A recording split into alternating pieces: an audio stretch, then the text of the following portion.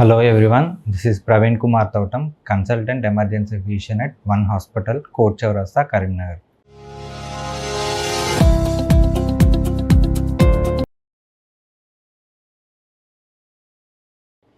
So ఈరోజు topic వచ్చేసి fish spa లేదంటే పెడిక్యూర్. సో జనరల్గా మనం ఈ ఫిష్ స్పా అనేది కాళ్ళకి ఉన్న మురికిని కానీ డెడ్ స్కిన్ని కానీ తీసేయడానికి జనరల్గా మనం ఫిష్ స్పాని చేయించుకుంటాం. సో దీనికి మనం గర్రారాఫా అనే ప్రత్యేక చేపల్ని వాడతారు. సో ఇది చేయించుకోవడం వల్ల లాభమా నష్టమా అంటే ఖచ్చితంగా లాభం కంటే నష్టమే ఎక్కువ ఉండే అవకాశం ఉంటుంది.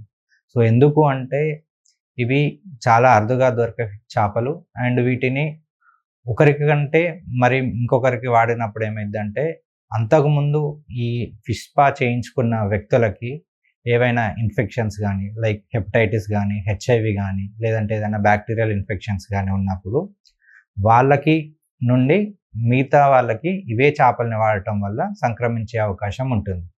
అండ్ దాంతోపాటు కొన్నిసార్లు ఈ గర్రారఫాని సేమ్ పోలినటువంటి చిన్ అనే జాతికి సంబంధించిన చేపలు కూడా వీటిని పోలి ఉంటాయి.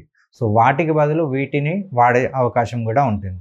సో ఈ చిన్ అనే చేపలకి పళ్ళు ఉంటాయి. సో దీనివల్ల మనం ఫిష్ స్పా చేయించుకున్నప్పుడు కాళ్ళకి కొరికి దాని నుండి రక్తస్రావం జరిగే అవకాశం ఉంటుంది. దానివల్ల ఒకరి నుండి ఇంకొకరికి ముందు చేయించుకున్న వ్యక్తుల యొక్క వ్యాధులు స్ప్రెడ్ అయ్యే అవకాశం అనేది ఉంటుంది.